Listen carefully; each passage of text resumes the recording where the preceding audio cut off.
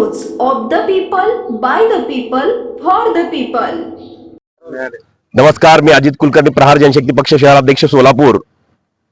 आदरणीय आमचे पक्षप्रमुख बच्चूभाऊंनी जो निर्णय घेतला की तिसरी आघाडी निर्माण करणं, वेळोवेळी महायुती बरोबर जाणं किंवा महाविकास आघाडी बरोबर जाणं, हे सर्व सोडून जी तिसरी आघाडी निर्माण केलेली आहे, छत्रपती संभाजी राजे असतील, आम आदमी पार्टी असेल आणि प्रहार जनशक्ती पक्ष यांची जर युती जर झाली तर महाराष्ट्रातील चांगल्या चांगल्यांच्या म्हणजे याला फाटे फुटल्यासारखे वाटेल।